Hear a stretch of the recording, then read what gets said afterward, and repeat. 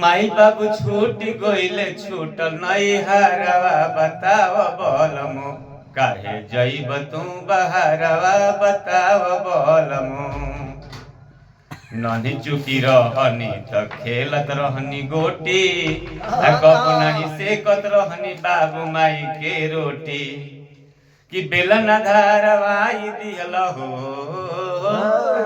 बेलन धारवाई दिहल आवते ससुरवा बताव बोलमु काहे जइब तू बहरवा बताव बोलमु।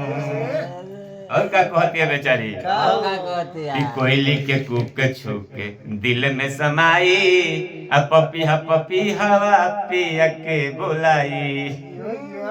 अरे कोयली के कूक छूके दिल में समाई पपीहा हवा पिया के बुलाई कि रतिया न नींद लागे हो रतिया न नींद लागे को बहरवा बताव बोलमु काहे जइब तू बहरवा बताव बोलमु काहे जइब तू बहरवा बताव बोलमु।